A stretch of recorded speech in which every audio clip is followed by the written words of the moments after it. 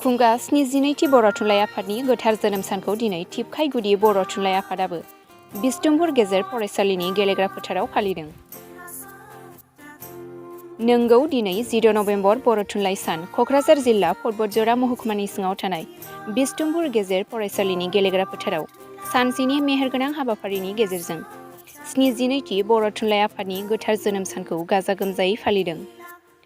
मख'नो गोनांदि हाबाफारि बादियै फुंबिलिनि समाव आफादनि गोथार फिरफिलाखौ बिरहोनानै होयो थिपखाइगुदि बर' थुनलाइ आफादनि गाहाय आफादगिरि प्रताप कुमार ब्रह्म बिथाङा।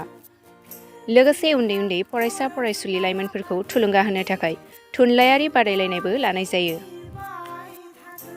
दिनैहाय जोंनि बे बिसुम्बुर हालामाव बे फालिनायनि बे 10 नबेम्बर फालिनायनि सोमोन्दै आं फंनैसो बुंनो सानदों आरो बिनि सिगां नोंथांमोननि निउस चेनेल रादाबखौ आङो जोंनि गोसो गोरबोनिफ्राय अननाय आरो सिबिनायखौ बावग्रोहोनाय जाबाय आरोखि। दा जों दिनै बे 10 नबेम्बर सान फालिनाया दिनैल' नङा, जों थिपखाइ प्राइमारि बा सारा बर' जायगायावनो जों फालिबाय थाखायो आरो बेखौ फालिनायनि ओंथियानो जाहैदों जाहाथे बर' रावा गेवलांथों। बर' राव गेवलांबासो जोंनि हारियाबो थांनानै थागोन आरो जों बे बर' रावा जाहाथे बुहुमाव थांनानै थायो जों बेखौनो अराय सम आसा खालामगासिनो दङ आरो बिदिनो जोंनि बर' थुनलाइ आफादा गुबुन गुबुन जायगायावबो थांनानै जेनेबा नेपाल, भुटान, नेपालाव थांबाय, अरुणाचलाव थांबाय, जेरावबो थाङै दिनैहाय बर' थुनलाइ सानखौ फालिगासिनो दं। जेरै नेपालाव थांनानै दिनै नेपालावबो बर' मिडियामा हयथ' जागायजेनबाय होननानै जों दा मिथिगौ। दा जोङो बेनि गेजेरजों जोङो दा बेहाय फालिनायनि मेन ओंथियानो जाहैबाय जाहाथे जोंनि बे बर' रायजो राजाफ्रा मोनथियो आरो आगोलाव मोनथिदोंब्लाबो हयथ' बे जिनिसा एसे माने लासैनो जोंनि गेजेराव सांग्रांथिखौ एसे रायजो राजाखौ एसे खम नुदोंमोन आरो जोंनि बे हाबसोनाय जायगाफ्रावबो जोंनि जे सांग्रांथिया एसे खम जानायलाय जोङो बे जिनिसखौ गोथौ जायगायाव लांनानैबो जों बर' थुनलाइ सानखौ फालिनाय जायो। बे फालिनायनि मिनिङा जाहैबाय जे जोङो साफ्रोमबो बर' फरायसा आरो फरायसुलिफ्रा जाहाथे गावनि मानदान्दाखौ जाहाथे खन्थाइनि गेजेरजों बा खन्थाइ आवरायनि गेजेरजों एक्जामपोल स्पिचनि गेजेरजों माने गावखौ जाहाथे सांग्रांथि खालामनो हायो आरो बे बर' थुनलाइया जोंनि भारत संबिधानावबो जोंनि गनायथि मोनबाय। भारत संबिधानाव गनायथि मोननाया साधारन खोथा नङा, मानोना भारताव बिराद गोबां भाषा दं। बे गोबां भाषानि गेजेराव दिनैहाय जोङो जे बर' रावखौ जे जों दिनैहाय भारत संबिधाननि गेजेराव जों थिसनना लानो हाबाय जोंनि थाखाय गोग्गाथाव आरो माने गोहो गोरा होननानै जों साननानै लानांगोन आरो दिनै आं बे बर' थुनलाइनि गेजेरजों जाहाथे जोंनि समाजारिनि बे मोनफ्रोमबो जाहाथे बिनि गेजेरजोंनो समाजारि थासारिफ्राबो मोजां जालाङो बेखौ जों आसा खालामो। जों अरायबो बे बर' थुनलाइ सानखौ फालिबाय थागोन जोंनि बे पर्बतजरा ओनसोलाव। बेनो आंनि बुंनांगौनि बाथ्राया बर' थुनलाइनि सोमोन्दै। पर्बतजरानि हालामनि मानसिफोरखौ जाहाथे ओरैबायदि जों खावलायनो सानो जाहाथे बर' थुनलाइनि गेजेरजों समाजारि थासारियावबो जों सांग्रांथि जानो खावलायनो लुबैयो। जेरै जोंनि समाजनि थासारिया जोबोद गुलाय गुजाय जानानै दं। जोङो बर' बिसेसकै जोङो बुंनो थाङोब्ला आरोखि बर'नि गामिफ्राव जोङो ओरैबायदि नुबाय दा एसे सांग्रांथिखौ खम नुदों। गथ' गथायखौ जोङो जाहाथे फोरोंनाय बेलायाव गार्जेनखौ जों सांग्रां जाजानो लुबैदों। गार्जेनफोरा सांग्रां जायोबा फरायसालियाबो फोरोंगिरिफ्राबो गासिबो सांग्रां जानो हागोन। होमबासो जोङो मेलेमजिबि मानसिफोरखौ जोङो दिहुननो हागोन। मेड जायखौ जोङो जाथिया मेड जायोब्लासो बा गथ' गथायखौ फोरोंनो हाब्लासो जोङो जाथिया थांनानै थागोन आरो साहित्यआबो होमब्लासो दावगागोन। जाथिनि सिन्था सरसाखौ जों खालामनो हागोन। नङाबा जों गुबुन हारिजों बोरै फेर मारिनो हानो? गुबुन हारिजों फेर मारिनांगौबा दानि जुगाव खम गोरलै खोथा नङा। जोङो गिदिर खोथाखौबो सिन्था खालामनांसिगोन दा। गिदिर खोथा सिन्था खालामनो हाबासो गिदिर खोथाफोरखौबो जों सावरायनो रोंनांसिगोन। होमब्लासो जों जाथिया जौगानो हागोन आरो बेखौ आं बुंबाय जाहाथे जोंनि रायजो राजाफ्रा आरो बिसेसकै आं मोनसे जिनिसखौ खावलायनो लुबैदों। आङो समाजारि थासारिनि गेजेराव मोनसे जिनिसखौ हयथ' आंनि बुंनाया हयथ' गोरोन्थि जानो हागौ रायजो राजा नोंथांमोन। आं मोनसे जिनिसखौ खावलायनो लुबैनाया जाहैदों जे जोंनि समाजारि थासारियाव दा हिन्जाव माहारिनि जे गिदिरा जिनिस लानाय बे जिनिसखौ एसे खमायजानो लुबैबाय। मानोना बे जिनिसखौ जुदि बे फेग्रा मुवाखौ जुदि रिसार्च खालामनानै एनालाइसिस नायोबा हौवाफोरनिसो बांसिन जानानै दं, जायनि थाखाय खुब दुखु मोनथाव।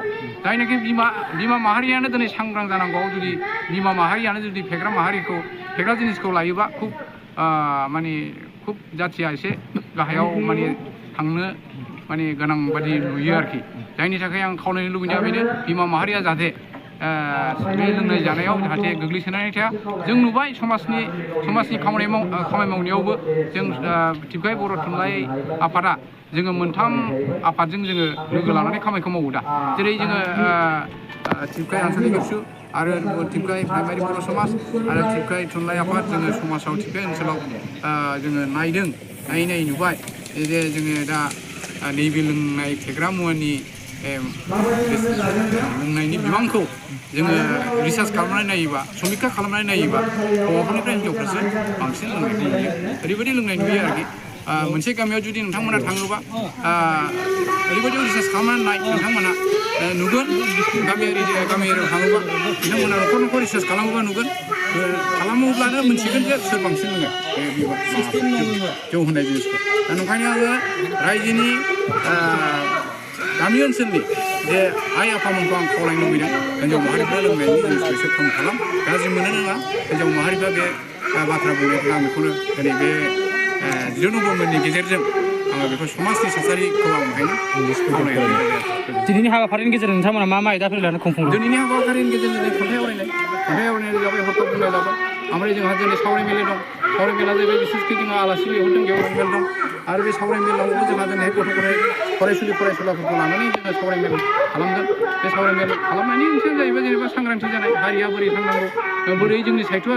जौगागोन बेखौनो जों बिनि थाखाय जोङो गोरों मानसिफोरखौ लानानै जोंनि गथ' गथायनि नलेजाव जों होनाया बेनो सावराय मेल लानाया बेनो जोंनि थांखिया बे आरो बर' रावा अरायबो जाहाथे गेवलाङो बा गोसारो बेखौनो बुंनानै आं आंनि बिबुंथिखौहायनो फोजोबनाय जाबाय आङो दिनै नोंथांमोननि बे निउस चेनेलनि गेजेरजों सुंद' बिबुंथि फंनैसो बुंनो थाखाय गसंबाय दा जाय हक बे जोंनि पर्बतझरा हालामनि टिपकाइ आनसलिकनि आन्दाराव जोङो प्राइमारि साहित्य सभा बर' समाज एबसु मोनथाम आफादजों जोङो जथायै बे हाबाफारिखौ मावो जिखुनु हाबाफारिखौनो जोङो खौसेयै मावो दा 10 नभेम्बर फालिनाय होनोब्ला जोङो गोदो गोदायनिफ्रायनो मिथिबोबाय आबै आबौनिफ्रायनो मिथिबोदों जाहाथे बर' रावा रमान स्क्रिप्ट आन्दलननिफ्राय उदयासननिफ्राय आन्दलननिफ्राय जोंनि बे बर' हारिया बिथांमोनहा जोंनो बिहोमा होलांबाय बे बिहोमा होलांनायखौनो जोङो दिनै बे बिसतिमपुर एमइ स्कुलाव